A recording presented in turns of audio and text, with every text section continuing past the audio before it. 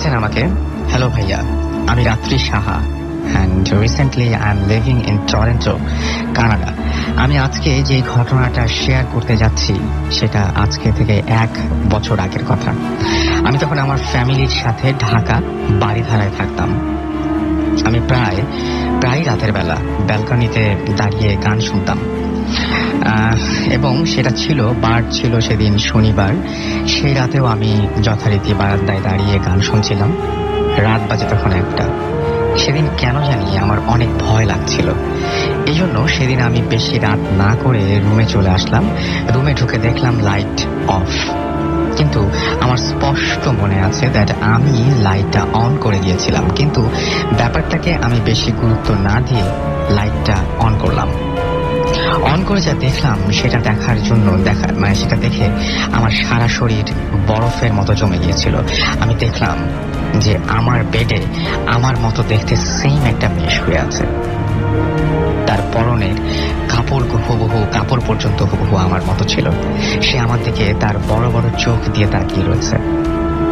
কিছু সেকেন্ড পর সে উঠে আমার দিকে এগিয়ে আসলো। এটা দেখে আমি আমার জ্ঞান হারিয়ে ফেলি। জ্ঞান ফেরার পর আমি দেখলাম যে আমি আমার বেডে শুয়ে আছি আর আমার মা পাশে কান্না করছে। আমি জিনিসটাকে আমার কোনো খারাপ স্বপ্ন ভেবে কাউকে কিছু বললাম না। এরপর 1 মাস চলে গেল এবং এই 1 মাস এমন কিছু ঘটেনি।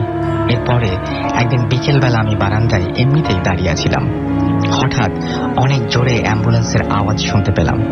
নিচে তাকিয়ে দেখলাম যে আমার বাড়ির নিচে একটা অ্যাম্বুলেন্স থামলো। অ্যাম্বুলেন্সটা প্রায় 10 মিনিট দাঁড়িয়ে ছিল। এরপর দেখলাম অ্যাম্বুলেন্স থেকে একটা লাশ বের করা হচ্ছে। আমি ভাবলাম যে আমার ওপর তলার একটা বয়স্ক লোক যে হসপিটালে অ্যাডমিটেড ছিল সে হয়তো মারা গেছে। কিন্তু লাশটা যখন নিচে নামানো হলো তখন আমি যা দেখলাম সেটা মনে পড়লে এখন আমার হাত পা ঠান্ডা হয়ে যায়। আমি দেখলাম যে সেই লাশটা আমার নিজের। এটা দেখে আমি অজ্ঞান হয়ে গেলাম এবং চোখ খুলে দেখলাম যে আমি হসপিটালের বেডে। উঠে শুনলাম যে 3 দিন পর আমার হুঁশ এসেছে। আমি আমার মার কাছে ঘটনাটা শুনতে চাইলাম। আমার মা বলল সেদিন বিকেলে আমার মা বারান্দায় গিয়ে দেখে যে আমি নাকি অজ্ঞান হয়ে পড়েছিলাম। এরপর আমার বাবাকে কল দিয়ে বাসায় আনানো হয়। কোনো কিছুতেই আমার হুঁশ ফেরে নাই। আমাকে বাড়ির নিচের অ্যাম্বুলেন্সটা দিয়ে হসপিটালে আনা হয়। এটা শুনে আমি আরো বেশি ভয় পেয়ে যাই। আমি আমার মাকে জিজ্ঞেস করলাম যে অ্যাম্বুলেন্সটা কোথা থেকে আসলো। আমার মা বলল যে অ্যাম্বুলেন্সটা নাকি আগে থেকে নিচে দাঁড়ানো ছিল। সেদিন রাতেও আমাকে হসপিটালে রাখা হয়। সেদিন রাতে আমি হসপিটালে একটা স্বপ্ন দেখি। আমি দেখি যে একটা ছোট মেয়ে দাফনের কাপড় পরা, তার মাথায় অনেক লম্বা চুল। মেয়েটা দেখতে অনেক বেশি ভয়ঙ্কর ছিল।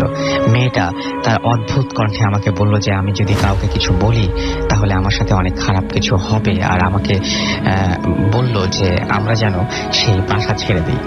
স্বপ্নটা দেখার পর আমি জোরে চিৎকার দিয়ে উঠলাম। আমার মা বাবা দৌড়ে আমার কাছে আসলো। আমি যখন ওদেরকে সব বলা শুরু করব ঠিক ওই সময় আমি আবার অজ্ঞান হয়ে গেলাম। কিছুক্ষণ পর আমার জ্ঞান ফিরে আসার পর ডাক্তার বলল কোনো এক কারণে আমার কথা বলার শক্তি চলে গেছে। আমি ওই রাতের পর থেকে আর কথা বলতে পারিনি এবং ওইটার পর থেকে আর একটা শব্দ আমার মুখ দিয়ে বের হয়নি। অনেক ট্রিটমেন্ট করছি, বাট কোনো কাজ হয়নি। শেষ পর্যন্ত আমরা এখন ঢাকা ছেড়ে কানাডাতে আমার ট্রিটমেন্টের জন্যই। এবং তারপর তিনি লিখেছেন যে ভাইয়া আমার জন্য প্রে করবে যেন আমি আবার সুস্থ হয়ে ঢাকা ব্যাক করতে পারি। আমার স্টোরিটা পড়ে শোনালে আমি অনেক বেশি খুশি হব। চলে যাচ্ছি আরও একটি ঘটনায়, এবং এই ঘটনাটি পাঠিয়েছেন আমাদেরই একজন লিসনার, যিনি আজকে আমাদের এখানে উপস্থিত হতে পারেননি কারণ তিনি ঢাকায় থাকেন না। পড়ছি তার ঘটনা। লিখছেন, আমার নাম সৈয়দ তারিক, আমার বাড়ি খুলনায়। আমি পটুয়াখালী বিজ্ঞান ও প্রযুক্তি বিশ্ববিদ্যালয়ে কম্পিউটার সায়েন্স অ্যান্ড ইঞ্জিনিয়ারিং অনুষদের তৃতীয় সেমিস্টারের থার্ড সেমিস্টারের ছাত্র। আমি আজ আমার জীবনে ঘটে যাওয়া একটি বাস্তব ঘটনা আপনাকে লিখে পাঠাচ্ছি। আপনার ভালো লাগলে পড়ে শোনাবেন। দিনটি ছিল 2011 সালের 14 ফেব্রুয়ারি। ঠিক 1 বছর আগে প্রায় বলতে গেলে আমি বিশ্ববিদ্যালয়ের এম কেরামত আলী হলের 4th তলার 406B নম্বর রুমে থাকতাম। আমাদের হলটি 4 তলা এবং এ ও বি দুটি ব্লকে বিভক্ত। সে সময় আমি প্রথম সেমিস্টারে এবং 4 তলা শুধু আমরা 4 জন রুমমেট ছাড়া বাকি সবাই ছিল সপ্তম সেমিস্টারের ছাত্র। সেদিন রুমে আমি ছিলাম একা, আর সিনিয়রদের ট্যুর থাকায় গোটা 4 তলায় ছিলাম আমি একা। রাতে স্বাভাবিকভাবে আমি খাওয়া দাওয়া করে পিসিতে কাজ করতে বসি। ঘড়িতে তখন রাত 11:10। আমার দরজায় হঠাৎ নক করার শব্দ হলো। আমি দরজা খুলে দেখলাম একজন অপরিচিত লোক, পরনে সাদা শার্ট আর নীল জিন্স, হাতে একটি ট্রাভেল ব্যাগ। আমি কোনো কিছু বলার আগেই তিনি আমাকে বললেন যে আমি তোমার সিনিয়র বড় ভাই, আমার রুমমেটরা সবাই ট্যুরে গেছে আর আমার কাছে রুমের চাবি নাই। তিনি আমাকে বললেন যে আজকে রাতটা আমি তোমার রুমে একটু থাকি, কাল সকালে আমি বাসায় চলে যাব। আমি রাজি হয়ে গেলাম, কারণ তখনও আমার মাথায় প্যারানর্মাল কোনো কিছু আসেনি বা অন্য কোনো চিন্তা আসেনি। তিনি আমার পাশে আমার রুমমেটের বেডে ঘুমিয়ে পড়লেন, আমিও আমার বেডে শুয়ে পড়লাম। ঘড়িতে তখন রাত 2:30, 2:30-এর কাছাকাছি হঠাৎ আমার ঘুম ভেঙে যায়। আমার রুমের ভেতর তখন কেমন একটা গুমোট ভাব, রুমটা বেশ গরম। আমি আমার বিছানায় উঠে বসি এবং তখন যা দেখি তা মনে পড়লে আজও আমার গা শিউরে ওঠে। আমি দেখতে পাই যে সেই বড় ভাইটি আমার মাথার ওপর ফ্যানের সাথে গলায় দড়ি দিয়ে ঝুলে রয়েছে। আমি তখন চিৎকার করতে চেষ্টা করি, কিন্তু আমার গলা দিয়ে কোনো স্বর বেরোয় না। এরপর অনেক চেষ্টার পর আমি দৌড়ে রুমের বাইরে যাই এবং চিৎকার করলে হলের অন্যরা সবাই বেরিয়ে আসে। তারপর আমি আমার সিনিয়রদের ব্যাপারটা বলি এবং তাদেরকে নিয়ে আমি রুমের ভেতরে যাই। তখন আমার ভয়টা আরো বেড়ে যায়। আমি গিয়ে দেখি আমার রুমে কেউ নেই, সেই ভাইটি নেই, তার ব্যাগ, জুতো, কোনো কিছুই নেই। তখন আমি আমার সিনিয়রদের কাছে জানতে পারি যে ওই রুমে 2007 সালের 14 ফেব্রুয়ারি মাসুদ নামে এক সিনিয়র ভাই আত্মহত্যা করেন, আর মৃত্যুর সময় তার পরনে ছিল সাদা শার্ট আর নীল জিন্স। আর ঘটনা শুরু এখানে। তারপর আমি সারা রাত আর ঘুমোতে পারিনি। সকালে বাড়ি যাবার সিদ্ধান্ত নিয়ে বেরিয়ে পড়লাম। সৈয়দ তারিক আমাদের এই ঘটনাটি পাঠিয়েছেন। থ্যাংক ইউ আমাদের এই ঘটনাটি পাঠানোর জন্য। তো আপনি শুরু করেন, আপনি একটা ঘটনা বলতে চাইছিলেন। এটা হাই এভরিওয়ান, দিস ইজ ফারনান।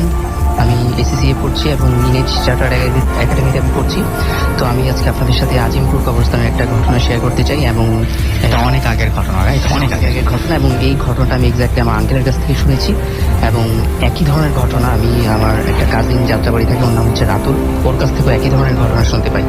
তো ঘটনাটা বেশ পুরনো, প্রায় 35 থেকে 40 ইয়ার্স পুরনো এই ঘটনা। এবং আরেকটা কথা, যেটা এখন আমরা আজিমপুর কবরস্থানটাকে ঠিক যেভাবে দেখি, ঠিক ওই সময়টা ঠিক এরকম ছিল না। অনেক বেশি গভীর ছিল, ঝোপঝাড় ছিল, প্লাস মানুষ হয়তো ভিতরে ঢুকতো না। সন্ধ্যার পর প্রায় বিকালের পরেও কেউ ঢুকতে ভয় পাইতো। শিয়ালের ভয় ছিল, অনেক ধরনের ভয় ছিল তখন। তো ঠিক সেই সময় ঘটনাটা ঘটে এবং আমার আঙ্কেল আমাকে এই ঘটনাটা শেয়ার করেন। এবং হয়তো আপনাদের অনেকেও হয়তো এই ধরনের ঘটনা শুনে থাকবেন। তো আজকে এই জন্যই আসলে আপনাদের কাছে এই ঘটনাটা শেয়ার করা আমার।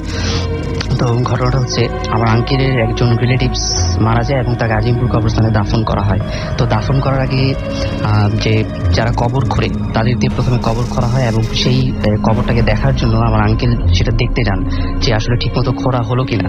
তো সে যখন ওই কবরটা দেখতে যান, তখন সে দেখেন যে একটা লোক ওই কবরটার মধ্যে, মানে কবরটা তো 4 কোণা থাকে এবং কাটা থাকে, প্রথমে যে মাটি ওঠানো থাকে। তো ঠিক সেই সময়টাতে তখন দেখে যে একটা লোক সেই কবরটাতে বসে আছে। আচ্ছা, মানে দাফনের আগে ঠিক এটা। আচ্ছা, একটা লোক মানে ওই কবরটাতে বসে আছে, পা ঝুলিয়ে বসে আছে। তো লোকটার পরনে ছিল একটা ছেঁড়া পাঞ্জাবি এবং ছিল একটা ছেঁড়া লুঙ্গি। তো এটা দেখার পরে আমার আঙ্কেল মানে খুব একটা কথা বলে না, মনে করে যে হয়তো উনি হয়তো ফকির হবেন। তো এই জন্য সে তেমন আর কোনো তাকে রেসপন্স করে না, মানে কিছু বলেও না, জিজ্ঞেসও করে না। সে জাস্ট ওখান থেকে চলে আসে। আচ্ছা, তারপরে যথা রীতি অনুযায়ী মানে লাশ দাফন করা হয়। এবং ঠিক আরেকটা বিষয়, যেটা আমার আঙ্কেল যেটা আমাকে বলেন, যে ঠিক লাশ দাফন করার সময়ও ঠিক ওই লোকটা সবার পিছনে দাঁড়িয়েছিল এবং সবাই যখন মোনাজাত ধরছিল, মানে উনি কোনো মোনাজাত ধরতেছিল না। এটা একটা অবাক করার বিষয় ছিল। আমরা যেটা জানি যে সবাই যখন মানে লাশ দাফন করা হয়, তখন সবাই আশেপাশে পরিচিত অপরিচিত সবাই মোনাজাত করে। আচ্ছা, কিন্তু ওই লোকটা মানে কোনো মোনাজাত করতেছিল, কোনো মুভমেন্ট ছিল না। উনি জাস্ট এক দৃষ্টে ওই কবরটার দিকে তাকিয়েছিল। তো তারপরে আমার আঙ্কেল বিষয়টা লক্ষ্য করে এবং তার কাছে খুব অবাক মনে হয়, এটা তো আসলে হওয়ার কথা না, কে আসলে আমাদের পরিচিত বা রিলেটিভস তো কেউ না। তো তারপরে যেটা হলো, লাশ দাফন করা হলো। লাশটা ঠিক দাফন করা হলো প্রায় আসরের আগে। এবং যার বাবা মারা গিয়েছিল সে এবং আমার আঙ্কেল ঠিক এর পর দিন ফজরের দিকে নামাজ পড়ে দেন কবর জিয়ারত করতে গেল। তো তারা যখন কবর জিয়ারত করতে আসলো তখন তারা দেখলো যে কবরটার ঠিক লাশটা যে আর কি যে সাইডে মাথাটা থাকে কবরের ঠিক ওই সাইড থেকে লাশ কবরটা খোঁড়া। আচ্ছা, কবরটা খোঁড়া এবং বেশ খানিকটা খোঁড়া এবং গর্তের মতো একটা করা। তো যার বাবা মারাই গিয়েছিল সে দেখলো যে তার তো খুব অবাক করার বিষয় যে তার বাবার কবর এরকম কে কি করলো, কালকে দাফন করে গেলাম জাস্ট রিসেন্টলি, এরকম হওয়ার কথা না। তো সেই যে গর্তটার দিকে হাত দিল এবং মাটিটা ভিতরে দেওয়ার চেষ্টা করতেছিল, তখন সে দেখে যে কবর থেকে অনবরত রক্ত বেরিয়েছে। আচ্ছা, এটা দেখার পরে সে অনেক ভয় পেয়ে যায় এবং তার কবরটা আবার সে খোঁড়ে, তার বাবার যে কবরটা মানে আবার নতুন করে দাফন করার উদ্দেশ্যে সেই কবরটা খোঁড়ে। আচ্ছা, এবং তারপরে সে যেটা দেখে যে লাশটা ঠিক যথারীতি যেরকম ছিল ঠিক সেরকমই আছে, কিন্তু লাশটা ঠিক বুকের দিকে কেউ হয়তোবা যদি ধারালো অস্ত্র দিয়ে মানে কেটে ভেতর থেকে যদি কিছু বের করে ফেলে, মানে হার্ট লিভার কিছুই ছিল না ভিতরে, জাস্ট বুকের দিক দিয়ে কাটা একটা দাগ ছিল, মানে ধারালো অস্ত্র দিয়ে কেউ কেটেছে এরকম। এখন যেটা কথা হচ্ছে যদি কোনো বন্য জীবজন্তু বা শিয়ারটেল আক্রমণ করতো তাহলে বোঝা যেত, স্ক্র্যাচ থেকে বোঝা যেত। রাইট। হ্যাঁ, কিন্তু ওই লাশটা দেখে কোনো বোঝার উপায় ছিল না যে এটা কোনো জন্তু জানোয়ারের কাজ। আচ্ছা, হ্যাঁ, জাস্ট নর্মালি বুকের ওখান থেকে ফাড়া একটা ধারালো অস্ত্র দিয়ে এবং ভেতরে লিভার টিভার এগুলো কিছুই ছিল না। তারপরে তারা ওই লাশটা আবারও ভালো মতো দাফন করে দেয় এবং খুব চারিদিকে খুব বেড়া টাড়ে দিয়ে ভালো মতো দাফন করে, যে তার কোনো প্রবলেম না হয়। তো এই ছিল ভাই আমার ঘটনা। কিন্তু আরেকটা কথা যেটা মানে আমি যেটা শুনতে পাই অনেকের কাছ থেকে যে আজিমপুর কবরস্থান থেকে মানে একজন লোককে পাওয়া গিয়েছিল যে যেখানে এরকম মানুষের সদ্য দাফনকৃত যে লাশগুলা সেগুলার কলিজা খেত, এরকম একটা কথা শুনতে পেয়েছিলাম আমি। আচ্ছা। তো এই কারণে আমি ঘটনাটা শেয়ার করলাম আসলে, কেননা ওই লোকটা আসলে কে ছিল সেটা কেউ জানে না। আচ্ছা, ওকে, থ্যাংক ইউ ফারনান। চলে যাব পরবর্তী ঘটনায় এবং আমি আবারও ফিরে আসছি প্রথম যিনি ঘটনা বলেছিলেন তার কাছে। আপনার নামটা আরো একবার বলবেন। তামিম ইকবালের বন্ধু আমার একটু মনে আছে। Welcome listeners, it's me Irfan again. আমি এখন যে স্টোরিটা শেয়ার করতে যাচ্ছি সেটা আমার নিজের সাথে এই কথা। সেটা হচ্ছে ইটস অ্যাবাউট 1 বছর আগের ঘটনা, 2011 ফেব্রুয়ারিতে। ওকে। আমার এক্সাম ছিল, যার কারণে আমার থেকে মানে এক্সামটা অ্যাটেন্ডের পর আমার নানি অসুস্থ ছিল, ইউনাইটেড হসপিটালে অ্যাডমিট করা ছিল। সো আমার থেকে দেখা যায় মানে এক্সামের পরপরই আমার থেকে হসপিটালে যেতে হয় আমার নানিকে দেখার জন্য। আমার ওনার থেকে ব্লাড লাগে, দ্যাটস ওয়াই আমাকে ব্লাড ডোনেট করার জন্য ওনার কাছে যেতে হয়। আচ্ছা। তো দেখা যায় ফরচুনেটলি ওদিন রাতে ব্লাড দিতে হয় না, তো মামারা বলে যে তুমি আজকে রাতে গেস্ট হাউসে স্টে করো, কালকে সকালে চলে যাও, আচ্ছা, যদি লাগে লাগলো, না লাগলে চলে যেতে পারবা। সো আমি বললাম ঠিক আছে, তাহলে আমি থাকি কিছুক্ষণ। তো প্রায় রাত 3টা পর্যন্ত আমরা হসপিটালেই ছিলাম। সো হসপিটাল থেকে কিছুটা দূরেই হচ্ছে গেস্ট হাউসটা, ইউনাইটেড হসপিটালের পাশেই। সো আমরা ওখান থেকে প্রায় রাত 2:30টার দিকে আমরা মানে আমি আর আমার কাজিন 2জন আমরা মানে গেস্ট হাউসের দিকে রওনা দিই। ওকে। সো পথে যেটা আমি একটা জিনিস রেকগনাইজ করি, এটা পরবর্তীতে আমি জিনিসটা মানে ম্যাচ করি যে রাস্তায় কিন্তু কুকুর থাকে সাধারণত, বাট ওদিন একটু উইয়ার্ড লাগলো। সাধারণত কুকুর কিন্তু মানে আমি এত ভয় পাই না কুকুরকে, বাট ওদিন কেন জানি আমি কুকুরগুলো সামহাও আমাকে অ্যাটাক করার চেষ্টা করতেছিল। মানে মনে হচ্ছে আননোন পার্সন যদি ওই এরিয়াতে আসে যেভাবে মানে কুকুরগুলো অ্যাটাক করে সেরকম। বাট ওটা যদি হইতো তাহলে আমার কাজিনদেরকেও কুকুরগুলো অ্যাটাক করতো, বাট ওদেরকে কিছু করতেছে না, জাস্ট আমার দিকে এসে মানে লাইক ওরা আমার গায়ের উপর পড়তে যাচ্ছে এরকম। আমি খুব ঘাবড়ে যাই। পরবর্তীতে ওখানে যেগুলো রোডে নাইট গার্ড থাকে ওরা এসে কুকুরগুলো সরাই নেয়। পরবর্তীতে অ্যাজ নর্মাল আমরা গেস্ট হাউসে যাই। তো গেস্ট হাউসে যেটা 2টা রুম থাকে ওখানে পার্টিকুলারলি, একটা রুমে 2টা মিনস সিঙ্গেল বেডের 2টা বিছানা থাকে। সো 2টা এক রুমে আর 2টা, সো মানে এক রুমে 2টা। আচ্ছা। তো দেখা যায় কি মানে ফুল ফিল আপ। ওখানের মধ্যে আমার মামিরা শোয়া ছিল, খালারা শোয়া ছিল। সো আমার কাজিনরা যে 2জন যারা কাজিন ছিল ওরাও যে শুয়ে পড়ছে। দেখা গেছে জাস্ট আরেকটা রুমে আরেকটা বিছানায় আমার খালু আর আমার খালুর ছেলে শুয়েছিল, আরেকটা বিছানা খালি ছিল। তো আমি চিন্তা করছি যেহেতু অনেক রাত হয়ে গেছে আর কেউ তো আসবে না, আমি নিজে যে একটু রেস্ট করে নিই। তারপর গেলাম রেস্ট করবার জন্য। ওখানে মশাই কিন্তু টাঙানো ছিল। আমার একটু গরম লাগতেছিল, প্রায় রাত মানে 3টা বাজছে তখন যখন যে বসছি, গরম লাগতেছে। সেই কারণে আমার মানে বিছানার পাশে মানে পিছে একটা উইন্ডো ছিল। আমি কি করছি গ্লাসটা খুলে দিয়েছি যেন হালকা বাতাস আসে। আমি শুয়েছি, আমি আজ নর্মাল শার্টটা খুলে শুয়েছি, কারণ আগেই বললাম যে আমার গরম লাগতেছিল। তো আমি যখন শুইতে যাই নর্মালি কিন্তু আগে একটা কথা বলে রাখি, সেটা হচ্ছে যেটা আপনার বোবাজিন যেটা বলে, বোবাজিন কিন্তু আমাকে অনেকবারই ধরছে। এটা আমার জন্য বলতে গেলে একরকম নর্মাল ব্যাপার। কিন্তু ওইটা কি ছিল ওইটা আমি এখন ওই জন্য ডেফিনেশন দিতে পারবো না। এক কথায় যদি বলতে চাই, আমি যখন ডান কাত হয়ে ফিরি তখন আমার প্রায় খানিকটা ঘুম এসে যায়। তখন আমি যে জিনিসটা রিয়েলাইজ করি যে মিন্স হালকা একটা গরম বাতাস পিছের থেকে আসতেছে, আর আমি এটা ফিল করি জাস্ট আমার মাথায় চুলের মধ্যে লাগতেছে বাতাসটা। যখন আমি এই জিনিসটা রেকগনাইজ করি তখন আমার প্রায় ঘুম, সে কারণে আমি আর ওই জিনিসটা ভালো মতো দেখার চেষ্টাও করি না। বাট মোস্ট ইন্টারেস্টিং পার্ট এই জায়গায় যে ওই গরম বাতাসটা পরপরই আমি একটা চরম পেইন ফিল করি, যেন যদি আপনার পিছে মাথার স্কালের উপর যদি কেউ নখ বসায় যদি মাথার ভিতরে যদি ঢুকায় আপনার ব্রেইনটা বের করার চেষ্টা করে, ঠিক যেরকম ফিলিংসটা হয় আমি এক্স্যাক্টলি সেম ফিলিংসটা ফিল করতেছিলাম অন দ্য স্পট। আমি অনেক কষ্ট করে আল্লাহর নাম ডেকে সূরা কালাম পড়ে অনেক কষ্ট করে চোখটা খুলছি, খুলে আমি সোজা হয়ে বিছানায় বসে গেলাম। আমি জিনিসটা খেয়াল করার চেষ্টা করছি যে জিনিসটা কেন হচ্ছে, হয়তো বা এটা হ্যালুসিনেশন হতে পারে। আগে দিয়ে বলে রাখি, ওই বাসাটা কিন্তু নতুন, আমরা যে গেস্ট হাউসে উঠছি সেটা কিন্তু বলতে গেলে একদম নতুন, আমরা নতুনই ছিলাম, ওটা ফ্ল্যাট বাসার মতোই। সো এখন ওই ওই জিনিসটার পর আমি খুব একটু রেকগনাইজ করার চেষ্টা করি যে এটা কেন হচ্ছে। তখনই কিছু পরপরই দেখি যে আমার মশারি যেটা ছিল সেটা সামহাও নড়তেছে, কিন্তু ফ্যান চালানো ছিল না, বলে রাখি ফ্যান চালানো ছিল না, মশারি নড়তেছে। মশারি নড়ার পর আমি বলছি এটা আমি কি চোখে ভুল দেখতেছি নাকি কোনো কারণে নড়তেছে। আর পরবর্তী দেখছি আমার গাটা কেন যেন একটু ভার হয়ে আসতেছে। পরবর্তীতে আমি এই জিনিসটা আর সহ্য করতে না পেরে আমি ভয়ে বিছানা থেকে নেমে যাই। বিছানা থেকে নামার সাথে সাথে আরেকটা জিনিস লক্ষ্য করি যে বিছানা থেকে নেমে গেছি, তো নামার পর আমার বিছানা যেটা আছে সেটা কিন্তু সামহাও একটা কাঠের উপরে বিছানাটা ছিল, কারণ আপনার দেখা যায় ওখানে টাইলস, তো যেন বিছানা নাড়াচা একটু কম হয়, সেই কারণে একটা কাঠের গ্যাস ছিল বিছানার উপর দিয়ে, নিচে দিয়ে যেটাতে আর কি স্লোপ হিসেবে, সেটা সরে গেছে। বিছানাটা এমন ভাবে কাঁপতেছে সেটা সরে গেছে। আর যদি এটা ভূমিকম্প হয়, অবভিয়াসলি আমার পাশে কিন্তু আমার খালুরা শুয়েছিল, ওরাও এই জিনিসটা বুঝতে পারতো, কিন্তু সেটা ভূমিকম্প না আমি 100% কনফার্ম ছিল। পরবর্তীতে আমি যেহেতু বললাম যে আমি শার্ট খুলে ঘুমিয়েছিলাম, তো আমি শার্টটা নেওয়ার জন্য মশারি থেকে শার্টটা নিতে যাই, তখন আমি একটা সিন দেখতে পাই। সেটা হচ্ছে অন্ধকার ছিল, আমাদের পুরো রুমটা অন্ধকার ছিল, তা সত্ত্বেও কালোর উপর কালো, একটু ইমাজিন করেন যে একটা কালো শেপ, আমি আরো বেশি ডার্ক একটা শেপ দেখি, এবং শেপটা আমি আইডেন্টিফাই করতে পারবো এটা জাস্ট লাইক একটা হিউম্যান যেন মশারির থেকে মাথাটা বের করে এটা আমার কাছে আসতেছিল, এরকম ফিল হয়েছিল। আমি জিনিসটা আর ওখানে বেশি দাঁড়ায়নি, আমি দৌড়ে চলে গেছি আমার কাজিনদের ওখানে পাশের রুমেই, ওদেরকে বলছি ভাই আমাকে কোনো মতে রাত্রে একটু স্টে করতে দিবা, সকালে আমি একটা ঘটনা হয়েছে এটা বলবো।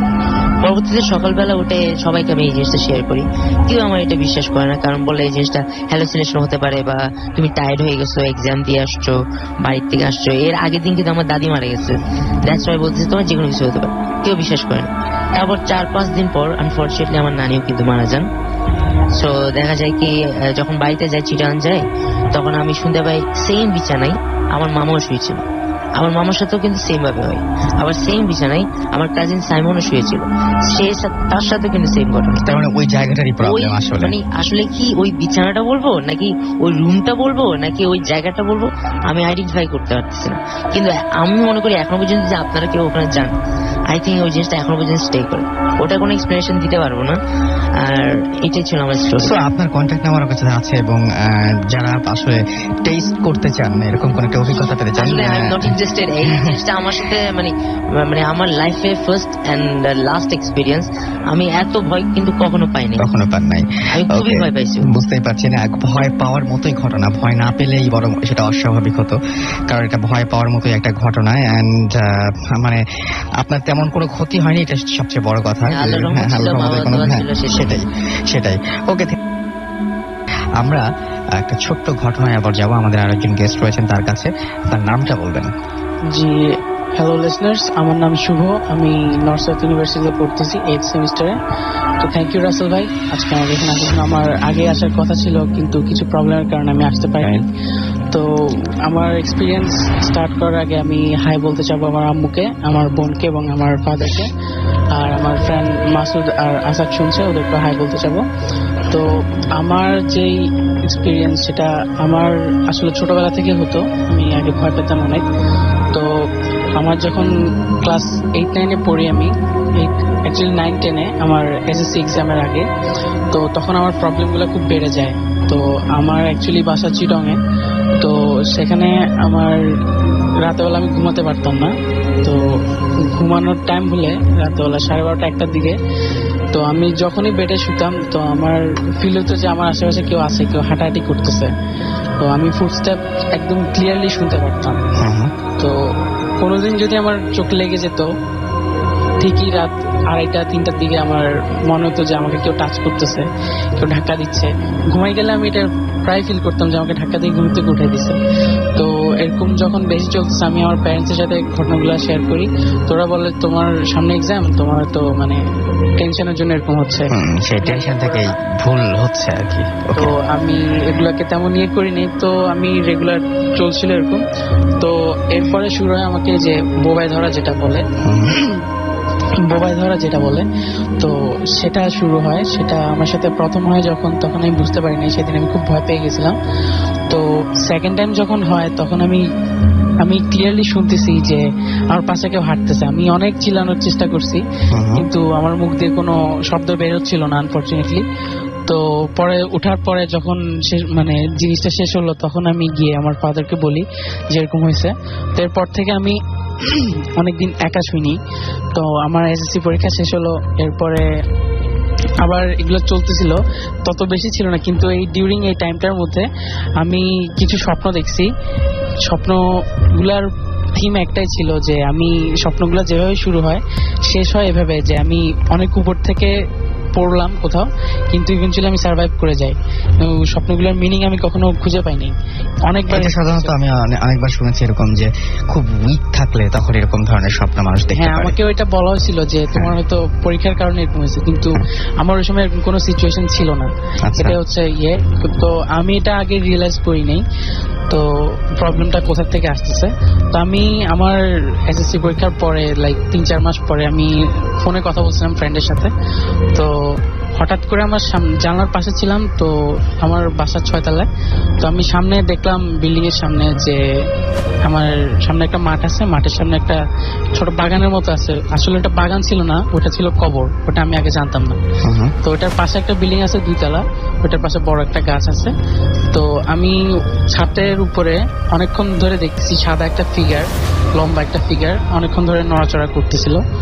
তো আমি অনেকক্ষণ নড়াচড়া যখন করতেছি, আমি আমার ফ্রেন্ডকে বললাম যে দেখ এরকম দেখতেছি, বলে না তুই তো ভুল দেখতেছিস। তো আমি তখন রুমের লাইটটা জ্বালালাম। তো লাইট জ্বালানোর সাথে সাথে ওটা গাছের মধ্যে গিয়ে ভ্যানিশ হয়ে গেল। তো এই ঘটনাটা গেল, আমি করলাম। এটা লাস্ট উইকে আমার সাথে হয়েছে। লাস্ট উইকে আমি চিটংয়ে ছিলাম, যে আপনাদের শো শেষ হওয়ার পরে লাইক 2:30টার দিকে। তো আমার ফ্রেন্ড ফোন করছিল, বাইরে থেকে সে। তো তার সাথে আমি যখন কথা বলতেছি, তো সেম থিং, আমি কথা বলার সময় দেখলাম যে সেরকম সেম ডুপ্লিকেট একটা ফিগার সে বিল্ডিং এর ছাদের উপরেই নড়াচড়া করতেছে। এবং নড়াচড়া করতে করতে যেই মাত্র আমি লাইটটা জ্বালালাম রুমে, সাথে সাথে সে মানে ভ্যানিশ হয়ে গেল গাছের কাছে গিয়ে। তো আমি সাথে সাথে গিয়ে আমার প্যারেন্টসকে জানাইছি ঘটনাটা। তো ওনারা বললো ওখানে কবরস্থান আছে, আর তোমাকে তো বলছি রাতেবেলা এত রাত পর্যন্ত জেগে থেকো না। তো আমাকে বাসা থেকে সবসময় নিষেধ করা হয় যে এত রাত পর্যন্ত জেগে থেকো না, কারণ 3-3:30টার দিকে এই সময়গুলো ভালো না। তো আমি যেহেতু অভ্যাস হয়ে গেছে, কারণ আমি এখন হয় না, আমার ফজর নামাজের আগে আমি ঘুমাতে পারি না, এখন অভ্যাস হয়ে গেছে এটা। আগে জোর করে সজাগ থাকতে হতো। তো এর আগে ঘুমালে যেদিনই ঘুমাইতাম এরকম হতো। আমি ঢাকায় যখন শিফট করি ইভেনচুয়ালি, তো আমি যখন ঢাকায় শিফট করি আমি ভার্সিটিতে ওঠার পরে, তো ঢাকায় চলে আসার পরে আমি প্রথমে লেক সিটিতে ছিলাম, এরপরে আসি আমি বসুন্ধরাতে। তো বসুন্ধরায় আমি প্রথম যে বাসাটাতে উঠি সেটা ছিল একটা আন্ডার কনস্ট্রাকশন বিল্ডিং এর সামনে। তো ওখানে শুধু পাশে আমাদের তেমন কিছু ছিল না, খোলা ময়লার স্তূপ ছিল আমাদের বিল্ডিং এর পাশে। তো আমি যে রুমটাতে ছিলাম সেখানে প্রায় আমি 6 মান্থসের মতো স্টে করি, কিন্তু আমার তেমন কোনো কিছু ফিল হয়নি। তো আমার মাঝখানে কাজিন ছিল আমার সাথে 3 দিনের মতো। তো 3 দিন 2 রাত। তো তখন সে থাকার সময় আমি রাতে খেয়াল করছি যে সে ঘুমাতে পারছে না। তো সে যখন ব্যাক করে তার বাসায়, তো আমাকে বলে যে তুই কি বাসা ছেড়ে দিছিস? আমি বললাম হ্যাঁ, আমি 1 মাস আগে বাসা ছেড়ে দিছি। তো বলে তোকে এখন একটা ঘটনা বলি, তোর ওখানে যে ছিলাম আমি কিন্তু রাতে ঘুমাতে পারিনি, আমার খুব অস্বস্তি লাগতো, মনে হতো যে আমার আশেপাশে কেউ আছে, আমার হঠাৎ গরম হঠাৎ ঠান্ডা, মানে খুব খারাপ লাগতো। তো আমি বললাম যে হতে পারে, আমার কিন্তু কখনো লাগেনি, আমি কিন্তু একদম ভালো মতো ছিলাম ওখানে। তো আমি চলে আসার পরে ওখানে আমার একটা ফ্রেন্ড উঠে সেম জায়গাতে, সেম রুমে। তো ওর সাথে একদিন দেখা হয়। তো আমি ওর কথা বলতে বলতে সে আমাকে কথাটা শেয়ার করলো যে দোস্ত তুই কি ওখানে এরকম কিছু ফিল করছোস? আমি বললাম কি? বলে যে আমি তো ওখানে থাকি, তো মনে হয় কেউ যেন আমার আশেপাশে আছে, সবসময় মনে হয়, আর যখন ঘরে একা থাকি তখন আরো বেশি হয়। রাতেবেলা ঘুম থেকে উঠায় দেয়, সন্ধ্যার সময় আসরের নামাজের টাইমে করে, আসরের নামাজের টাইমে আমাকে ঘুমের থেকে ধাক্কা দিয়ে তুলে দেয়, আমি ক্লিয়ার ফুটস্টেপ শুনি। আমি বললাম না, আমি তো শুনি না। আমি বললাম তুই তো হাজি, ও হজ করা একজন। তো আমি বললাম তুই তো হাজি মানুষ, তোর সাথে এরকম হওয়ার কথা না। বলে যে না, কিন্তু আমার কোনো ক্ষতি হয়নি এখনো, কিন্তু আমি এগুলো একদম রেগুলার শুনতেছি, তো আমার তো এগুলো ভয় লাগছে। তো আমি ওকে এগুলো বলিনি এখনো, হয়তো এখন রেডিও শুনলে সে জানবে যে আসলে ওখানে আমার কাজিনও সেম জিনিস ফিল করছে। তো এরপর আমি যে বাসায় যাই সেখানে আমার ছিল, সেটা একটা নতুন বিল্ডিং ছিল, আমরা একদম টপ ফ্লোরে বাসা নেই, আমরা 4 জন। তো নতুন বাসা নেওয়ার পরে 3rd রাত যেটা ছিল, সে রাতে আমি বাসার ছাদের উপরে, আমার যে রুমটা ঠিক সেটার উপরে। এটা আরেকটা বাসার ঘটনা বলছেন? জি জি। আচ্ছা, আমরা একটু সংক্ষিপ্ত করে শুনি, হ্যাঁ, মানে অনেক মানে মূল ঘটনাটা চলে যাই আমরা। তো ছাদের উপরে অনেক নয়েজ ছিল। তো আমার ফ্ল্যাটমেট যারা ছিল সবাইকে আমি ডেকে এনে শোনালাম। তো আমরা পরে যখন আওয়াজ বেশি হয়ে গেছে, আমরা উপরে গিয়ে দেখলাম যে ওখানে কেউ ছিল না, কারণ রাতেবেলা ছাদে কেউ থাকার কথা না, তখন 2:30 বাজে, আর ছাদের দরজাও লক করা ছিল। তো এগুলা ঘটনা ঘটার পরে পরে অন্য রুমমেটদের সাথেও অনেক কিছু হয়েছে, যেমন রাতেবেলা তাদের ঘুম ভেঙে যেত, বিভিন্ন ধরনের সাউন্ড শুনতো, তাদের গায়ে টাচ করতেছে এরকম শুনতো। ইভেন আমাদের পাশের বাসা যেটা ছিল সেখানে এরকম হয়েছে একদিন রাতে যে তাদের জিনিসপত্র ভাঙচুর হয়েছে, বাসায় শুধু একজন ছিল, জিনিসপত্র ভাঙচুর হয়েছে। তো আমার সাথে যে 4 জন ছিল তাদের মধ্যে একজনের মা, উনি খুব নামাজি মানুষ, আর ওনার সাথে নাকি জিন রয়েছে। তো এটা আমার বিলিফ ছিল না। তো উনি শেষ পর্যন্ত একদিন আমাদের বাসায় ছিল, একদিন অ্যাকচুয়ালি 1 সপ্তাহ ছিল। তো এর মধ্যে উনি একদিন আমাকে ডাকে, উনি কিন্তু কিছু জানতো না যে আমার প্রবলেমটা কি। তো উনি আমাকে ডাকার পরে একদিন উনি বলল যে তুমি এদিকে আসো একটু দেখি। তাই আমি বললাম যে কি আন্টি, কোনো সমস্যা হয়েছে? বলে যে না, তুমি একটু তোমার হাতটা দাও। তো আমি হাতটা দিলাম, আমাকে উনি বললো যে তুমি সোজা হয়ে দাঁড়াও আর নড়বা না। তো আমি সোজা দাঁড়িয়েছিলাম, উনি আমার হাতের একদম শেষ আঙ্গুলটা ধরলো, উনি ধরে কোনো সূরা পড়লো, উনি চোখ বন্ধ করে অনেক আস্তেভাবে পড়লো। তো প্রায় 1 মিনিটের মতো এরকম। তো এটা হতে হতে উনি আঙ্গুলটা ছেড়ে দিল। তো আমি ক্লিয়ার ফিল করছি একদম, কোনো ইয়ে ছাড়া, ওনার কাছে যদি জিন নাও থেকে থাকে, তো আমি একদম ক্লিয়ার ফিল করছি যে আমার ভিতর দিয়ে something went through me. Electricity বা আগুনের হঠাৎ করে ধরলে, অনেক উত্তপ্ত জিনিস ধরলে যেরকম ফিল হয়, ঠিক সেরকম একটা জিনিস আমার ভিতর দিয়ে গেছে হঠাৎ করে।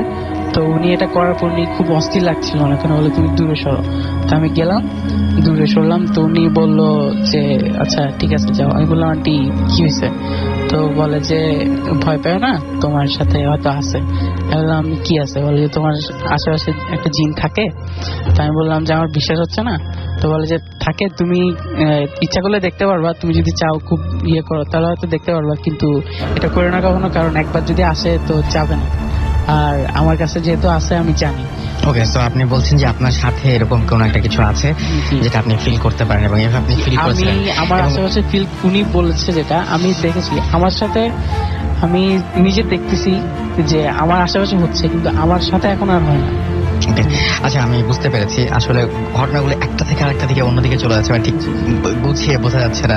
আচ্ছা, যাই হোক, আমি বুঝতে পারলাম যে আপনার সাথে এরকম ধরনের ঘটনা আছে, এবং আপনি যেটা বলছিলেন যে আপনার ফ্রেন্ড সার্কেলের অনেকেই এরকম ভাবে একইভাবে টেস্ট করেছেন, আমাকে বাইরে বলছিলেন আপনি, বাট তাদের মধ্যে এরকম কোনো সমস্যা হয়নি, কিন্তু আপনার মধ্যে সমস্যা পাওয়া গেছে, এবং দ্যাটস ওয়াই আপনার সাথে এরকম গুলো ঘটনা অনবরত ঘটতে থাকে। ওকে, আমরা চলে যাই আপনার ফ্রেন্ডের কাছে, এবং তারও একটা ঘটনা রয়েছে ছোট, আমি ছোট্ট করে সেই ঘটনাটাও শুনতে চাই একটু।